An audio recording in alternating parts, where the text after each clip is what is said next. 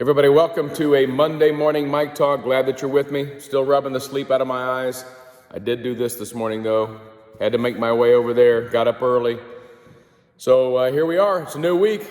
Glad you guys are with me. And it's a Holy Week. It's the beginning of Holy Week.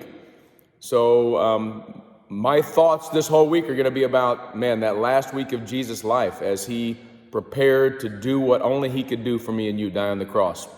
So happy Monday.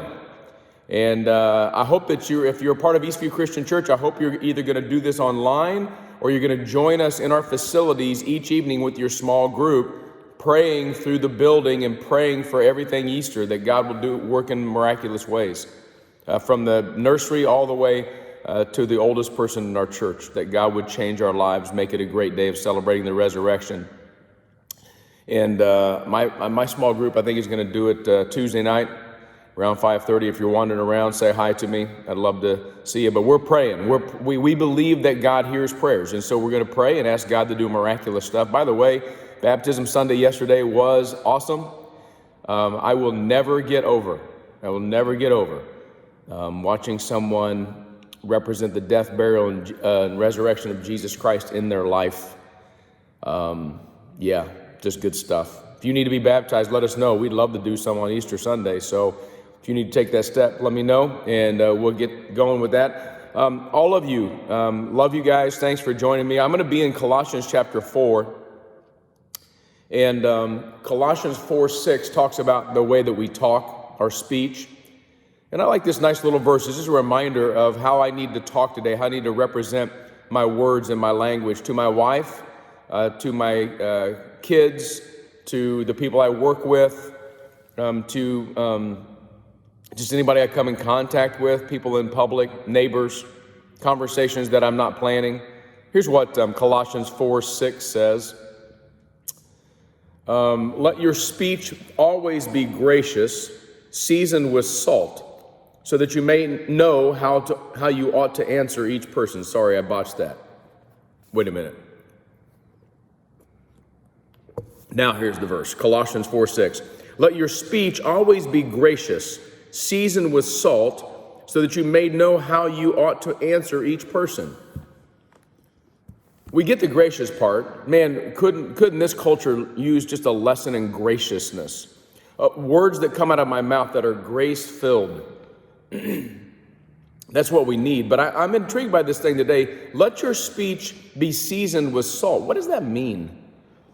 Well, I can't tell you exactly what it means. I know that Jesus in his Sermon on the Mount said that we are the salt of the earth, and that could mean one of two things. Probably in the first century context means that you are the preservation. There's a preservative nature in salt, especially in the first century. There's also obviously a flavoring thing. So that salt, and I love salt, by the way. I'm getting ready to go to the doctor, have a major physical in 2 weeks from today, and I'm sure the doctor's going to say you're eating too much salt, but I digress. You are the salt of the earth. You flavor things, not overwhelmingly, not too little, just subtle flavor in the world. But what does it mean when it says that your speech should be seasoned with salt? Well, there's something in the Old Testament that people don't really, even the theologians, not just people, theologians don't fully understand. 2 or 3 times in the Old Testament, there's this idea of putting salt in with the offerings. In fact, the grain offering was never to be offered without salt. And we really don't know very much about that. It's just this strange command from time to time for salt to be thrown on to the offering. So if I take the Old Testament reality and say that some of the offerings, some of the things that we sacrifice to God included salt, what might Paul be saying here to this church in Colossae in chapter 4, verse 6? That your speech should be seasoned with salt. I don't think it's too far of a stretch to say this, that my speech should be an offering to God today. That I should never say a word, not say a word today, in anger or jealousy or judgment or just any word at all. Casual conversation. I should not speak a word today that's not seasoned with salt. And what I think that means is I should set aside all of my words as a sacrifice to God. that before stuff comes out of my mouth, I should consider what it is, and I should say, God, I'm going to season this with a little salt. Next time this week you throw some salt on some eggs, which is what I'm going to do here this morning, or some French fries, or some mashed potatoes, or rice, or any number of things that just are too bland without salt. Think of the words that come out of your mouth and say a little prayer. God, make my words have a little salt today.